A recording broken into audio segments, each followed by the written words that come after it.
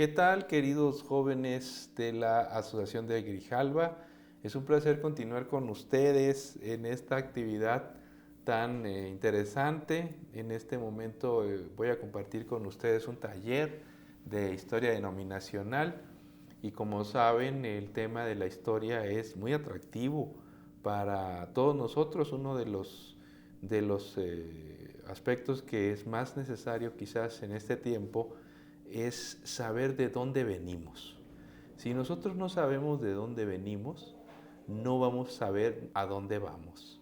Es muy importante que todos nosotros reconozcamos nuestros orígenes, nuestro pasado, cómo es que llegamos hasta donde estamos y por qué es que la iglesia ha crecido, se ha desarrollado y ha llevado a cabo sus actividades hasta este tiempo, hasta esta época en la que hoy podemos vivir, tener actividades distintas, pero todo eso tiene un pasado, tiene un origen, tiene una razón de ser y no debemos olvidar de dónde venimos porque eso pues acabaría con nuestro futuro como creyentes. Para empezar hay que decir que en el Antiguo Testamento la iglesia, el Señor tuvo un pueblo que fue llamado de diferentes maneras. En algún momento se le llamó los hijos de Dios, por ejemplo también se le conoció como linaje de Abraham, los hijos de Israel. Ya en los tiempos de la iglesia cristiana se le conoció como los cristianos y diferentes formas de referirse al pueblo que el Señor tenía. Lo importante de todos esos nombres y esas referencias al pueblo de Dios fue que ellos tenían creencias fundamentales y básicamente creían lo mismo, a pesar de que tuvieran diferentes formas de referirse a ellos, pues creían en prácticamente lo mismo. En el Antiguo Testamento, ustedes recuerdan que la salvación se mostraba a través de sacrificios. Ellos aprendieron el Evangelio, aprendieron la salvación, aprendieron el tema del futuro Mesías a través del sistema de ritos del santuario. Así que nosotros podemos recordar que ellos, en la didáctica, la enseñanza era más visual porque muy pocos sabían leer, no tenían las ventajas que tenemos hoy nosotros a través de las Sagradas Escrituras con un libro completo. Ellos no lo tenían. Y el Señor consideró que la mejor manera de aprender era a través de un sistema pedagógico como el santuario. En el Nuevo Testamento, la iglesia heredó las creencias del pueblo de Israel y básicamente aceptó los 10 mandamientos como la ley, la regla y el estilo de vida. A pesar de que hoy algunas ramas del mundo cristiano insisten en decir que la iglesia cristiana, la primitiva, no tenía nada que ver con la ley de los 10 mandamientos, pues eso no se puede sostener. Ellos tenían un origen muy claro y sabían perfectamente a dónde iban. Así que, queridos hermanos, tenemos que el pueblo de Dios empezó a crecer, la iglesia empezó a crecer y con ese crecimiento, apenas unas semanas después de que Jesús murió en este mundo, la iglesia empezó a padecer persecuciones y persecuciones muy fuertes en diferentes lugares. Los discípulos fueron encarcelados. Esteban, ustedes recuerdan, por ahí del año 34, fue uno de los primeros mártires de la iglesia cristiana.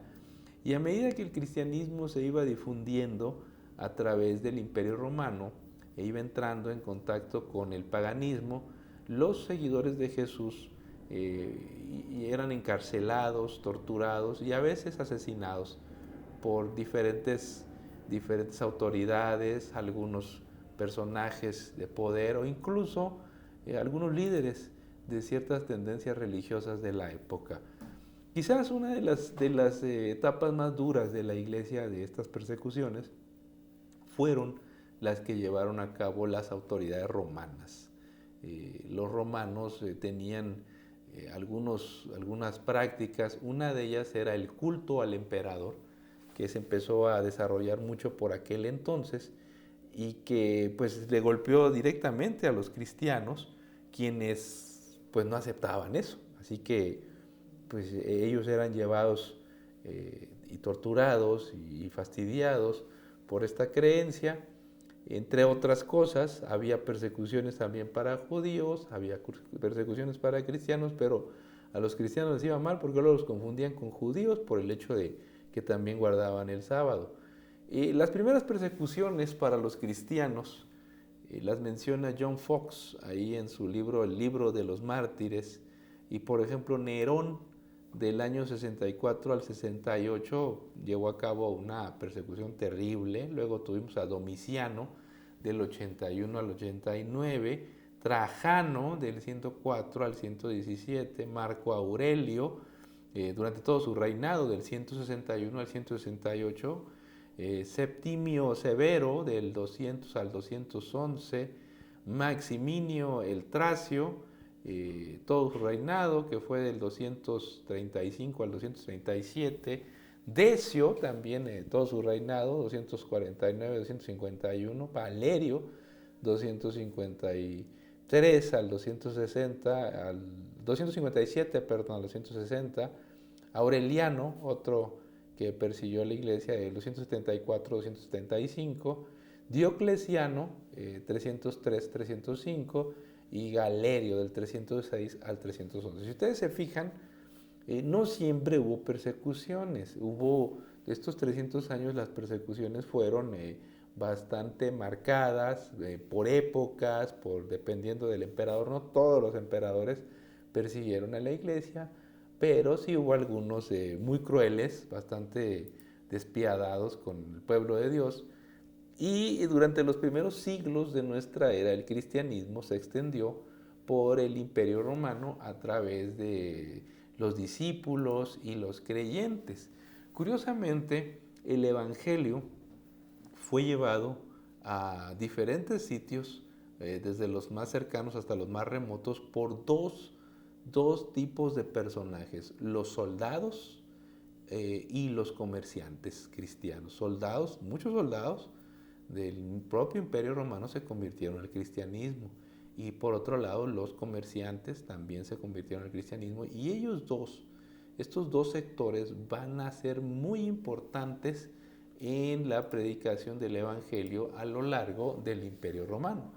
Hay una figura muy importante durante estas épocas que es Constantino el Grande. El emperador Constantino acabó con las persecuciones contra la iglesia e impulsó la unidad. Él sabía que si no había un aspecto que unificara las diferentes tendencias religiosas del Imperio Romano, este no iba a tener futuro. De por sí ya no estaba tan sólido como años atrás, así que las divisiones religiosas habían causado guerras, habían causado dificultades muy serias, así que él sabía perfectamente que necesitaba unificar la cuestión religiosa en su imperio.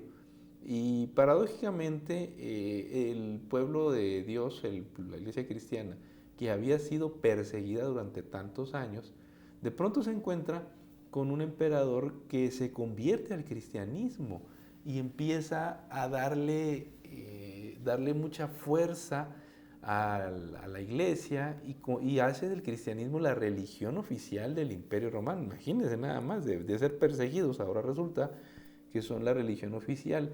Pero en esos momentos, cuando se les pusieron todas las condiciones o las condiciones necesarias para salir adelante, la iglesia cristiana empezó a mermar espiritualmente. Mientras estuvo perseguida, mientras tuvo momentos muy difíciles, pues la iglesia cristiana fue desafiada, pero se mantuvo a la altura del llamamiento que Dios le había dado.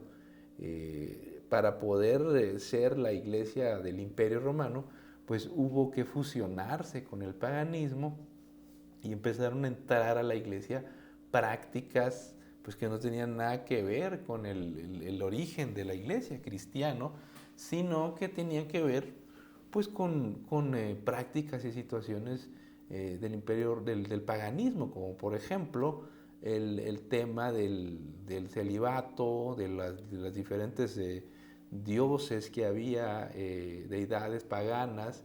Los cristianos no tenían templo, así que para poder adorar a Dios fueron y se metieron a los templos paganos que estaban llenos de dioses, de deidades, de divinidades, y estos fueron cambiándoles el nombre a esas figuras, poniéndole nombres cristianos, y va a venir una fusión muy importante que va a mermar la influencia de la iglesia y va a sentar las bases para el futuro desarrollo de una institución que sería conocida como el papado.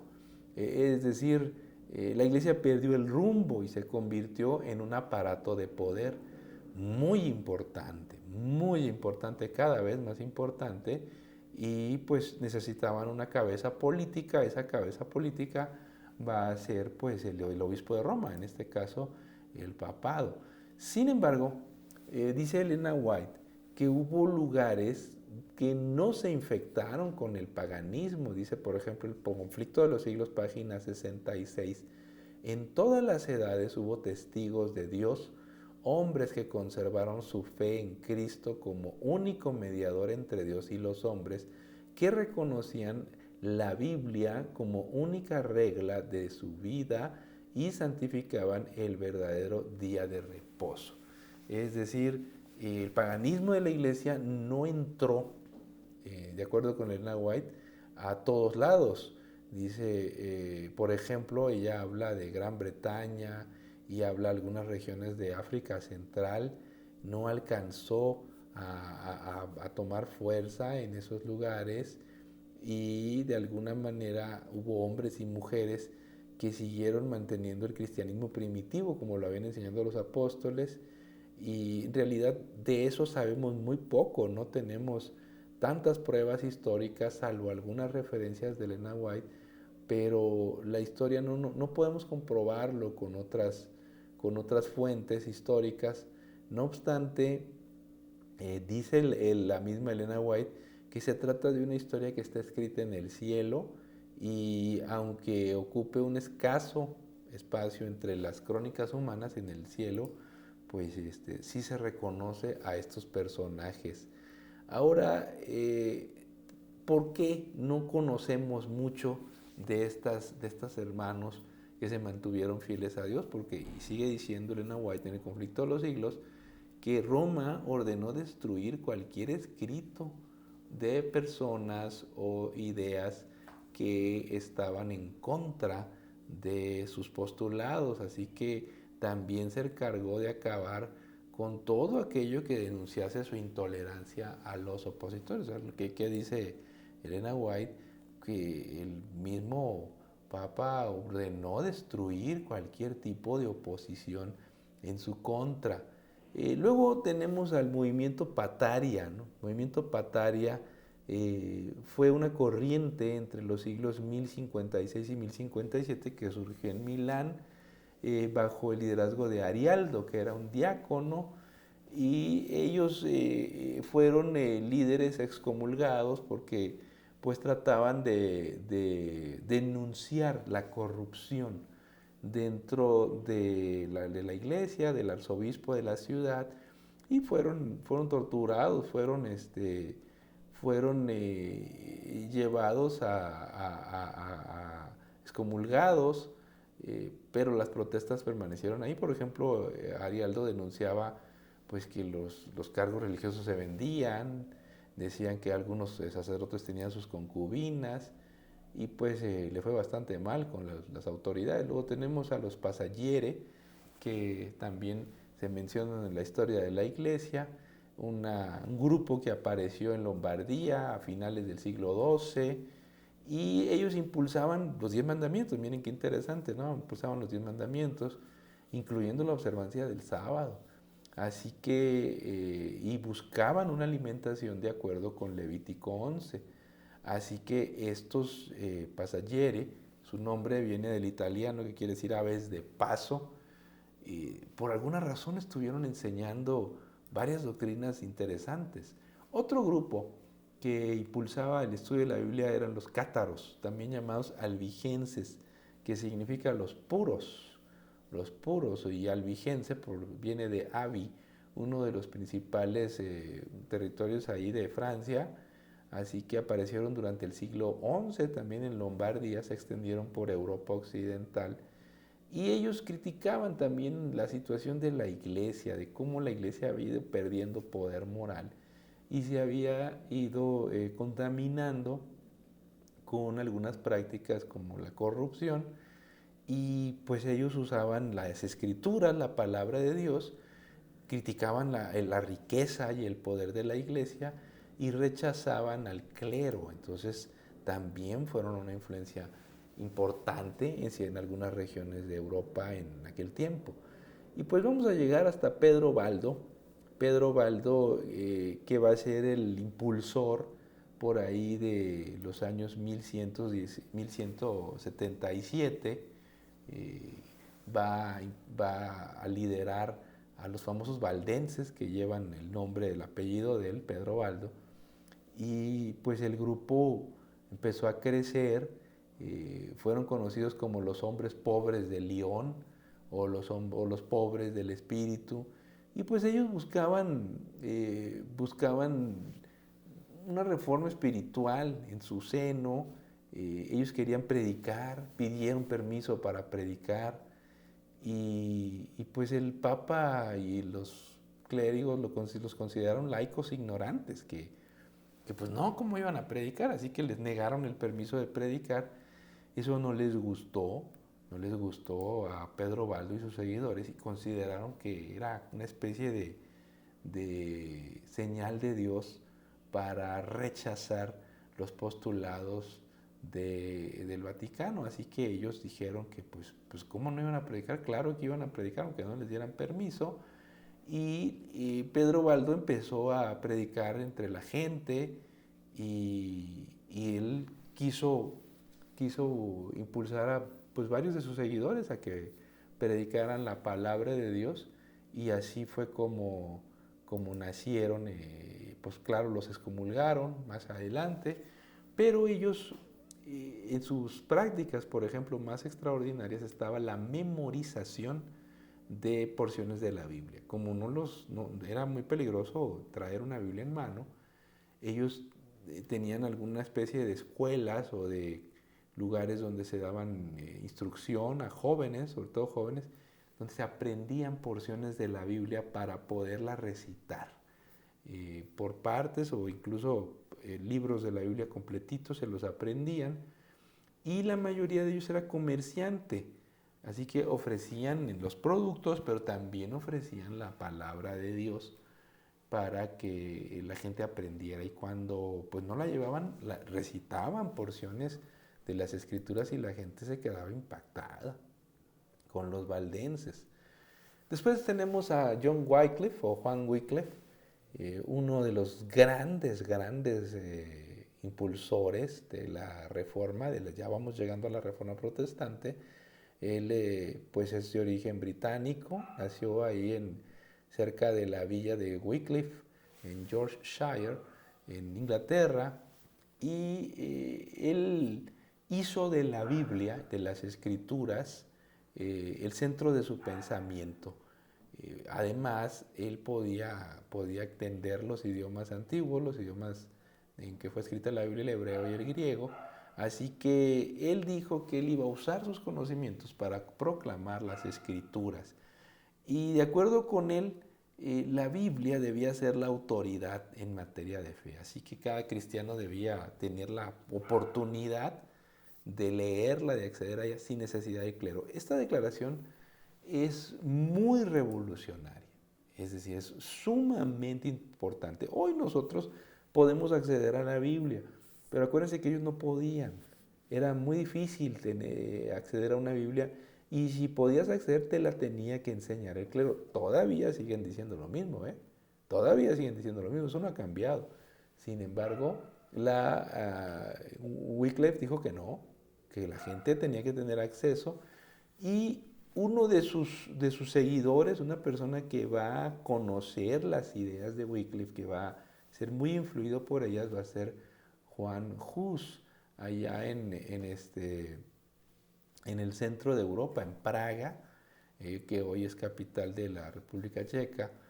eh, Iba a impulsar mucho las ideas de Wycliffe y pues empezó a considerar la Biblia también como la principal autoridad, y a él sí pues no le fue muy bien porque pues lo tomó las autoridades religiosas y finalmente lo quemaron en la hoguera en 1415.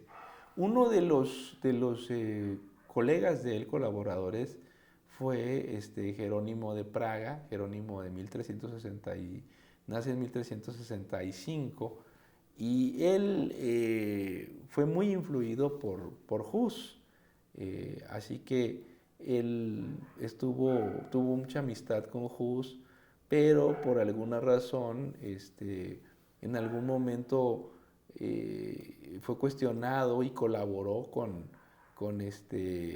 debatió cuestiones teológicas, pero al final, él se mantuvo fiel a la palabra de Dios y siguió predicando donde quiera que él estuvo presente. Así que, queridos jóvenes, la historia, como se pueden dar cuenta, es muy interesante. Tuvimos después a una de las grandes mentes de la historia de la Reforma, quizás la más grande cabeza o personaje de la Reforma, que nada más y nada menos que Erasmo de Rotterdam. Erasmo de Rotterdam es uno de los más brillantes seres humanos que ha pasado por este mundo. Y Erasmo de Rotterdam empezó a criticar, tenía un estilo muy burlón, a los poderosos, a los nobles, por supuesto a los clérigos y a Roma, al Papa, por su ignorancia, ¿no? Y sus textos, sus libros, influyeron mucho en Martín Lutero, mucho en Martín Lutero, que quizás va a ser la más grande influencia que va a tener Lutero para lanzarse más adelante.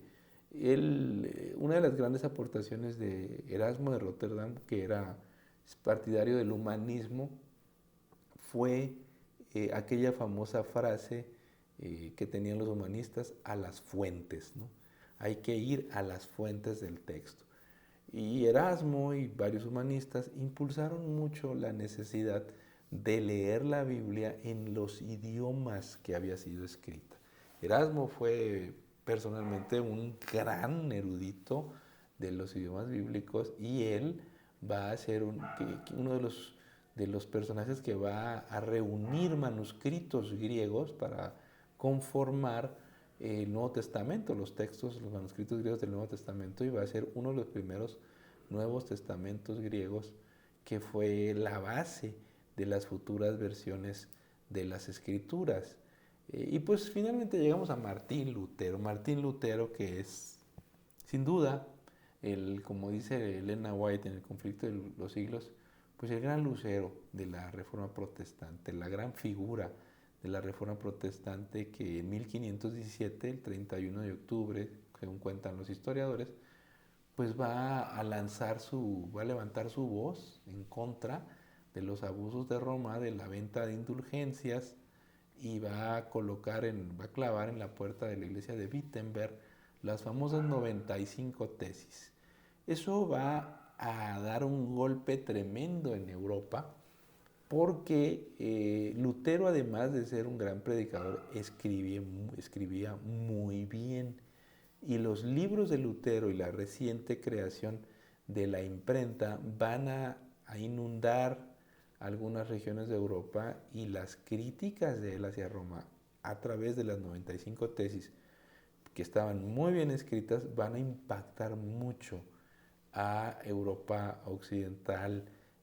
Pues Martín Lutero va a llegar, sus libros van a llegar por todos lados, y el anhelo de cambio en muchas regiones de Europa va a ser muy evidente, porque la gente quiere cambiar, quiere que haya quiere que haya un mundo distinto, porque ya no soportan el liderazgo autoritario de Roma. Así que un sector muy importante en Europa va a dar ese salto, va a dar ese cambio en los países del norte, encabezados por lo que hoy es Alemania. Así que van a apoyar al reformador para zafarse del poder político de Roma. ¿No? Tampoco es suficiente decir que, ay, pues es que aceptaron a Cristo y el Evangelio. Pues también eran políticos, eran personas que sabían que les convenía, era el pretexto ideal para deshacerse de la influencia política de Roma. Así que ahí tenemos estas situaciones. Después de la Reforma protestante van a venir una serie de guerras y luchas que van a durar varias décadas entre católicos y protestantes. Lamentablemente va a haber, en diferentes momentos va a haber luchas hasta que finalmente se van a poner en paz y va a mermar el deseo, sobre todo en el lado protestante, el deseo de seguir adelante, de seguir predicando el Evangelio.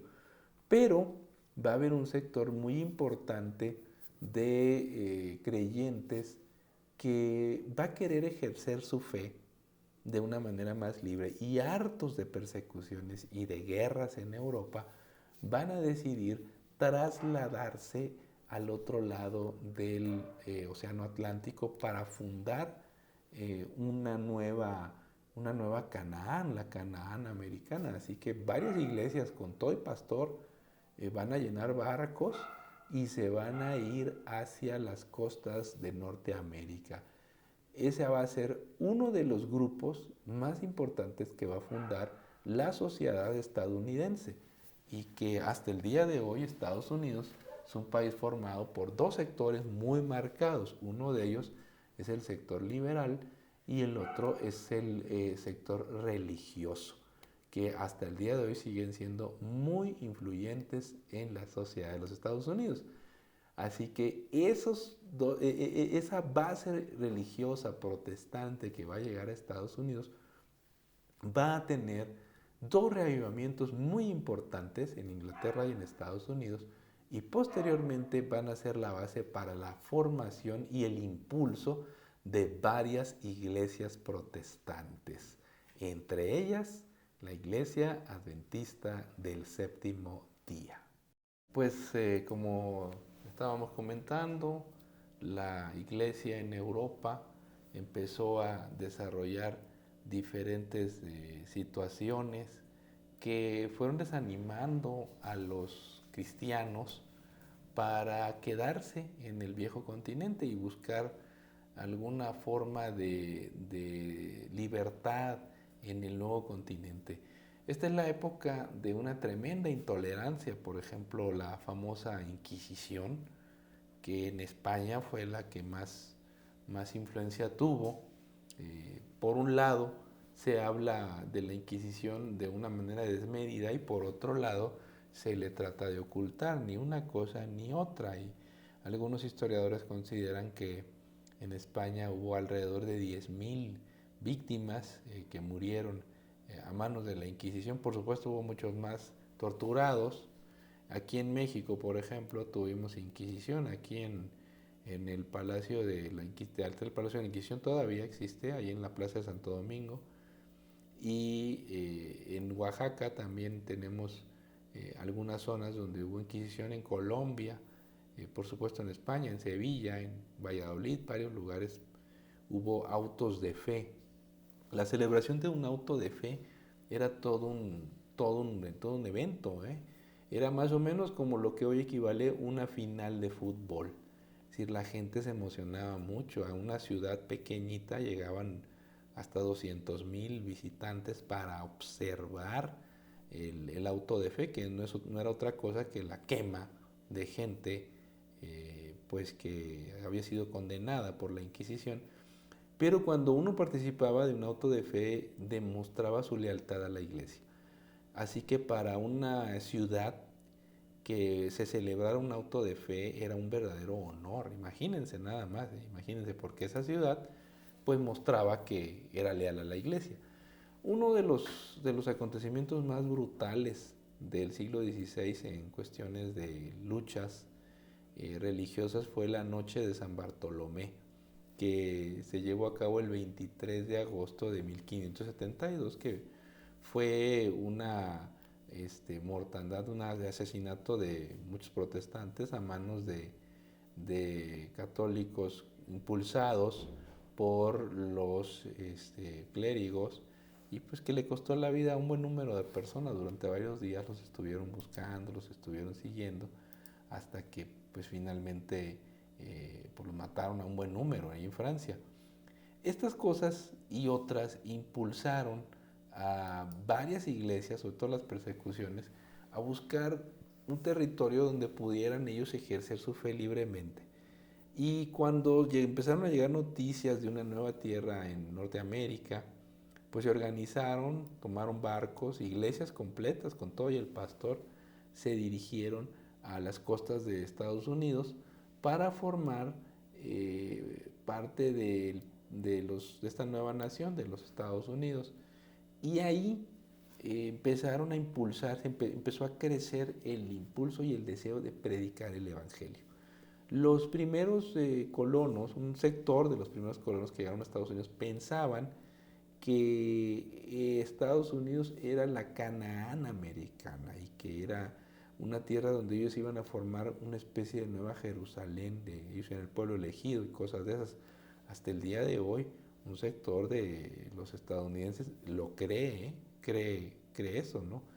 Y se iba a impulsar un enorme deseo, tanto en Inglaterra como en Estados Unidos, de predicar el Evangelio, sobre todo por ahí de finales del siglo XVIII,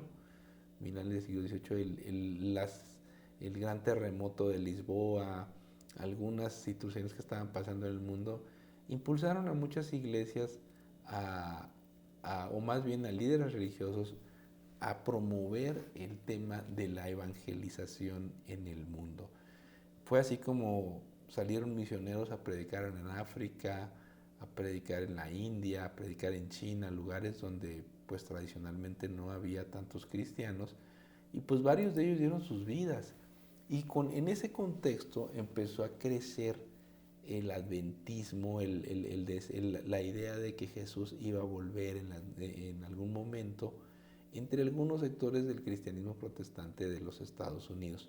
Así es como llegamos a la figura de Guillermo Miller.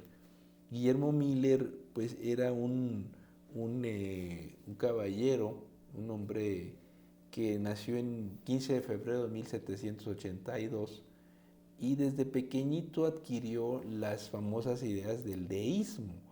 El deísmo era una corriente de pensamiento que aseguraba pues que Dios sí existía y que Dios había creado al mundo, pero se había ido, es decir, no estaba interesado en las cosas de este mundo. Lo comparaban con un relojero que había dado cuerda al reloj y se había ido. Y el reloj seguía andando, pero él anda por otro lado. Así que parte de su vida Miller la va a pasar en el ejército, pero a los 34 años, en medio de una serie de circunstancias bastante simpáticas, va a empezar a estudiar la Biblia a los 34 años y el estudio de la Biblia va a transformar su vida. Pero en ese estudio va a llegar al famoso texto de Daniel 8:14 que dice hasta 2300 tardes y mañanas, luego el santuario será purificado. Y entonces eso lo va a intrigar y se va a dedicar a estudiar y a comprender y conocer. Y en 1818 va a llegar a la conclusión de que Jesús va a volver a este mundo en 1843 al final de la profecía de los 2300 días. Imagínense, ya había él adquirido el concepto del principio de día por año y elementos básicos de interpretación profética. Pero dice, no, en 1818 él llega a la conclusión de que Jesús va a volver y en 1823 está convencidísimo de que va a volver Jesús. Para él, para Miller, el hecho de purificar el santuario tiene que ver con que él cree que la tierra es el santuario. Así que si se va a purificar el santuario, quiere decir que la tierra va a ser purificada. ¿Y qué otra cosa la podrá purificar mejor que la venida de Jesús? Pues nada. Así que él cree que Jesús va a volver y va a purificar la tierra, o sea, el santuario.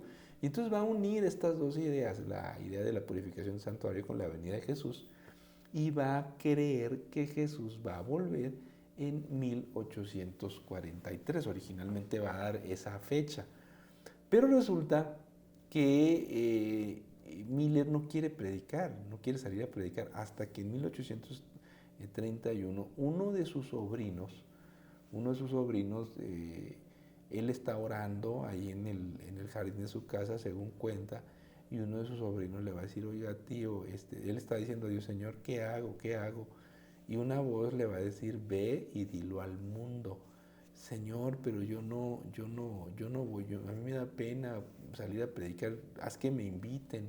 Y al momento que está diciendo eso, le tocan la puerta de la casa y es el sobrino, y viene a decirle que su papá le manda un recado, que por favor predique el domingo en la iglesia esas ideas que tiene de la venida de Jesús, porque la gente quiere saber. Y para él pues es un mensaje de Dios. Así que Miller empieza a predicar con mucha fuerza, primero en granjas, y deja impactada a las congregaciones porque es muy buen orador, es muy didáctico y sabe presentar el mensaje con un gran dominio. Lo empiezan a invitar de varias granjas y se empieza a hacer famoso. Pero el impacto mayor va a llegar cuando un pastor llamado Josué B. Himes lo va a escuchar y va a decir, no, este Miller es una maravilla. Pero ¿qué está haciendo este hombre? Este hombre tiene que predicar, pues no aquí en las granjas, tiene que predicar en iglesias de ciudad, en iglesias grandes, así que este va a predicar, yo me voy a encargar de llevarlo por las iglesias grandes. Y además, Josué B. Himes es un experto en comunicación y le va a decir, mire, Pastor Miller, aquí necesitamos periódicos, este mensaje es tan bueno que necesitamos periódicos, así que vamos a crear periódicos, y empiezan a fundar varios periódicos milleritas que le van a dar fuerza al mensaje de una manera muy importante. Además van a crear el concepto de las carpas.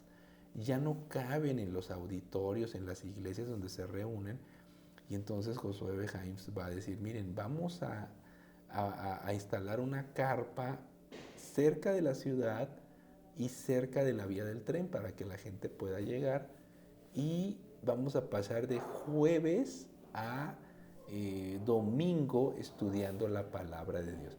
Así que ahí se la pasan estudiando, compartiendo las escrituras, orando y reflexionando en la palabra de Dios durante todo este tiempo. Y el tema de las carpas tomó una fuerza impresionante, porque las carpas pues todo el mundo entra, y conforme va llegando gente le van agregando mantas, y pues lonas, y la carpa sigue dando, ¿no? Sigue, el mástil es muy grande, se hace muy popular, y ellos siguen predicando el Evangelio. La primera fecha para la venida de Jesús es la primavera de 1844, pero después, de 1843, perdón, pero después van a corregir la fecha y van a decir, no es la primavera del 43, es la primavera del 44. Así que en la primavera del 44 va a venir el primer chasco. Jesús no va a venir, no van a dar una fecha, sino nada más una época, la primavera, pero Jesús no viene, y la gente sufre un chasco muy importante. Pero resulta que va a aparecer Samuel Snow, que es un hombre identificado con lo que se conoce en la historia de la iglesia como movimiento del séptimo mes. Y él le va a decir a los milleritas, miren, lo que pasa es que no es en la primavera, es en el otoño cuando Jesús va a venir, porque en esta época termina el día de la expiación entre los judíos. Y este año termina el 22 de octubre, esa es la fecha del Yom Kippur, o sea, el día del perdón. Entonces todo el mundo se entusiasma con el 22 de octubre de 1844 y empiezan a predicar el Evangelio de una manera impresionante. Esos meses, dice la hermana White, que son los más felices de su vida, porque todo el mundo está predicando, todo el mundo está metidísimo, la gente vende sus propiedades, los dona a la causa de la predicación, y pues es una época de mucho impulso a la evangelización. Y finalmente llega la fecha del 22 de octubre, no sin antes llegar las burlas, ¿no? Hay ataques muy duros, muy crueles hacia los primeros adventistas, los periodistas, ministros de otras religiones, de otras iglesias, algunos vecinos les dan con todo, les tiran con todo, aparecen en periódicos con caricaturas y con dibujos animados, burlándose, en todo momento burlándose de sus creencias.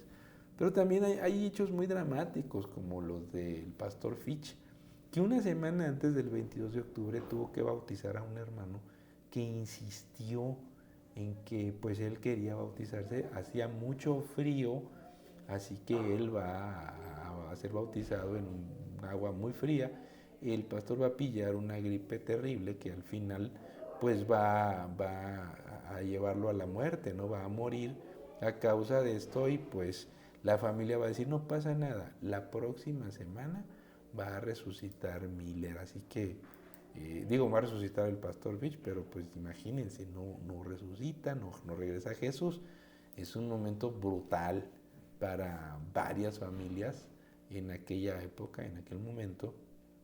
Y el chasco va a acabar con las esperanzas de los creyentes. De casi 100,000 adventistas van a quedar 70, más o menos como 70, muy poquitos. Y encima de todo se van a estar dividiendo por lo menos en 5 grupos. Hay grupos que quieren estudiar la Biblia e insisten en que, pues en qué se equivocaron, porque todo estaba bien, todo pintaba muy bien y no puede ser que se hayan equivocado de esa manera. Así que empiezan a estudiar, y en uno de esos estudios el hermano Hiram Edson va pasando por un campo de maíz, y en eso dice que al levantar el rostro ve a Jesús en el santuario vestido de sacerdote, y entonces esa visión motiva a los hermanos a estudiar el tema del santuario y a recordar que el santuario que se fue purificado no fue purificado en la tierra, sino es en el cielo, y el santuario que es purificado es el santuario celestial. Así que por esas fechas, más o menos en diciembre de 1844, en Portland, Maine, una señorita, una jovencita de 17 años que terminó apenas, no terminó ni la primaria, y que recibió un fuerte golpe en la cabeza durante su infancia, está orando con un grupo de damas, y en ese momento viene una visión que describe al pueblo adventista rumbo a la patria celestial. Esa visión es muy impresionante, se puede leer en el libro Primeros Escritos, y ahí ella describe cómo los primeros adventistas van hacia la patria celestial prácticamente por un camino pues muy peligroso, pero que Jesús los va guiando. Y en esa visión también se les recuerda que el santuario está en el cielo, y que no es la tierra la que debía ser purificada. Por lo tanto, Jesús no vino porque no tenía que venir.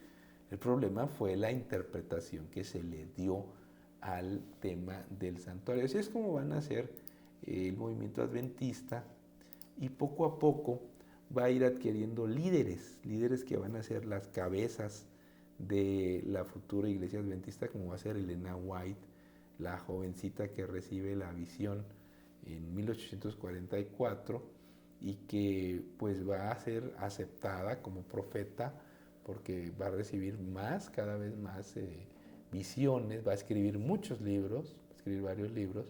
Otra de las figuras de los primeros años de la iglesia es Joseph Bates o José Bates, que es un antiguo marino, capitán, que va a impulsar la observancia del sábado y la reforma pro salud. Es el que va a insistir mucho con el tema en contra del alcoholismo, en contra del tabaco. Y otra figura de los primeros hermanos líderes es Jaime Springer White.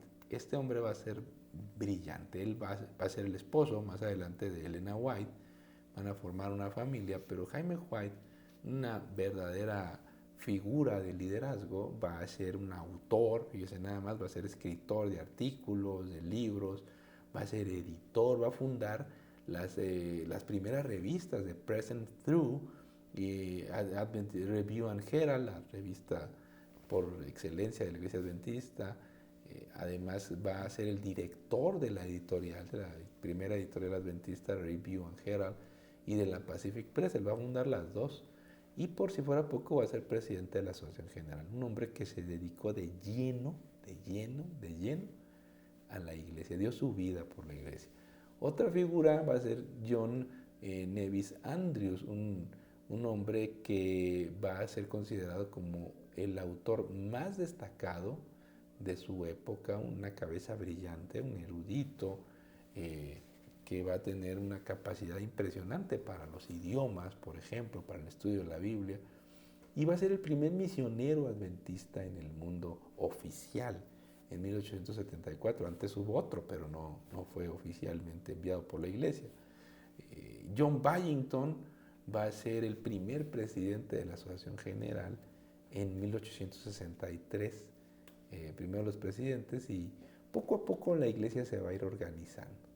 Poco a poco ellos van a ir, al principio no querían organizarse porque un sector de la iglesia pensaba que la organización pues, era una mala señal y que al rato iban a ser como la iglesia romana, así que mejor no nos organicemos. Total que poco a poco se fueron organizando, pero antes de eso hubo un elemento clave en la historia de la iglesia, como son las publicaciones. Ellos van a empezar a impulsar mucho las publicaciones. La iglesia va a nacer de la mano de las revistas. Desde el principio habrá revistas como Review and Herald, Youth Instructor, el instructor de la juventud. Van a aparecer revistas como The Present Truth. Así que es muy importante considerar y recordar que la iglesia siempre ha venido de la mano de las revistas. Hoy seguimos teniendo revistas en diferentes partes del mundo. Aquí en México pues tenemos dos que son las más importantes, Enfoque de Nuestro Tiempo y Expresión Joven, que de alguna manera son herencia de esa tradición de publicar revistas, libros, folletos que seguimos teniendo como iglesia. Después la iglesia va a seguir yendo hacia la organización y se le va a pedir al pastor Andrews que haga un estudio sobre el tema de las ofrendas y los diezmos, porque es un lío el tema con la iglesia. Los pastores pues no tienen sueldos, están ahí dando lástima. Si ustedes se fijan, las primeras fotos de los pastores pioneros pues eran fotos con figuras de personajes que parecían que andaban gente que en situación de calle, ¿no? Deprimente. Pues no tenían educación, no tenían formación, aparte de ser pastores tenían que trabajar por ahí, así que no había una dedicación absoluta al ministerio, porque no había la forma de financiar a la iglesia. Además pues no sabían cómo crecer, cómo crear materiales, y va a ser el plan de benevolencia sistemático, es decir, el sistema de los diezmos, las ofrendas, que va a poder la iglesia tomar recursos para poder establecer una organización mucho más sólida. Así que poco a poco la gente va a ir diciendo, no, es que tenemos que organizarnos, esto ya no puede, ya que hemos crecido demasiado. Y en 1860 se va a adoptar el nombre de Iglesia Adventista del Séptimo Día. Y en 1861 se va a constituir de forma legal el nombre de la editorial Seventh Day Adventist Publishing Association, es decir, el nombre de la asociación legal para poder publicar libros. Y se va a organizar la primera asociación en el estado de Michigan en ese entonces, así que poco a poco se van a ir creando más y más asociaciones. El primer congreso de la Asociación General se va a llevar a cabo en 1863 y, como hemos dicho, John Byington va a ser el primer presidente de la Asociación General. En el momento en que la iglesia se organiza, van a tener 3.500 miembros, 125 iglesias, 22 ministros y 8 con licencia de predicador autorizado. Van a llegar las primeras instituciones de salud, los famosos sanatorios de Battle Creek, Después la obra educativa, el colegio de Battle Creek, impulsado por ideas que ya existían en aquel momento en relación con la educación. También en la cuestión de salud ya había movimientos de temperancia, sociedades de temperancia, y la iglesia va a tomar algunos de esos elementos impulsados por la época que existen. Así que va a llegar también el deseo de los jóvenes de organizarse. Y dos jovencitos de Lutero Warren y Harry Fenner, allí en Hazleton, Michigan, pues van a sentir el impulso de organizar a la juventud, porque en ese momento pues los jóvenes no están organizados, y ellos se van a organizar, van a invitar luego a las chicas y van a crear lo que sería más adelante la Sociedad de Jóvenes Adventistas. Hasta el día de hoy, cada vez que los jóvenes se organizan y dan sus mejores talentos para el Señor, ocurren acontecimientos extraordinarios. Si hoy la sociedad de jóvenes no tiene el impulso con el que nació en muchos lugares, es porque los jóvenes no se organizan y no aprovechan los talentos que Dios les ha dado, pero cuando se organizan, ejercen liderazgo, en donde quiera que haya eso, habrá fuerza entre los jóvenes. Y se va a crear en 1901 finalmente el Departamento de Jóvenes, ya ante la necesidad de atender a los jóvenes, pues se va a crear el Departamento de Jóvenes, y en 1900 se va a unir a Escuela Sabática en 1901, pero en 1907 van a decir, no, este departamento exige atención exclusiva. Y desde entonces tenemos un departamento de jóvenes que está dedicado exclusivamente a la atención de este sector de la iglesia. Pues llegamos al siglo XX. El siglo XX tendría diferentes desafíos para la iglesia, que cada país en la medida que va creciendo lo tendría. Aquí a México iban a llegar ya los adventistas, iban a desarrollar una fuerza muy interesante a lo largo de todo el país. Ojalá que todos podamos seguir estudiando historia denominacional, ojalá que nosotros recordemos de dónde venimos, para que de esa manera podamos darle lo mejor de nuestras vidas siempre a nuestro Dios.